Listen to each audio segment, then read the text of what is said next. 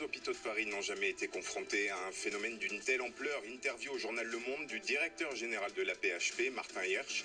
Un phénomène inédit, mais ses équipes, dit-il, sont prêtes à faire face à l'épidémie de coronavirus. Il estime que d'ici 10 à 15 jours, rien qu'en Ile-de-France, 400 personnes auront besoin de soins critiques.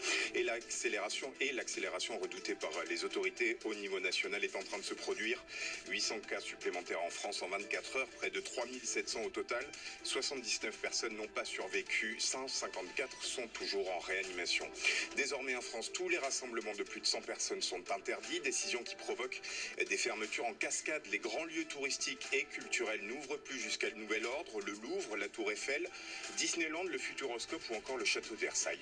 Fermés aussi depuis hier soir les établissements scolaires et universitaires, mais aussi les crèches, à une exception près, dérogation pour celles qui accueillent moins de 10 enfants, garde autorisée aussi pour les assistantes maternelles jusqu'à 6 enfants simultanément. Aux États-Unis, l'état d'urgence est désormais décrété. Il permet à Donald Trump de débloquer jusqu'à 50 milliards de dollars.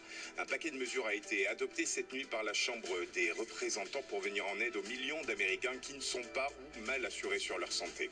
Et puis les premiers cas de coronavirus dans le foot professionnel français. 2 joueurs du club de Troyes annoncent quelques heures après la décision de suspendre les championnats de Ligue 1 et de Ligue 2. France Info. Et tout est plus clair.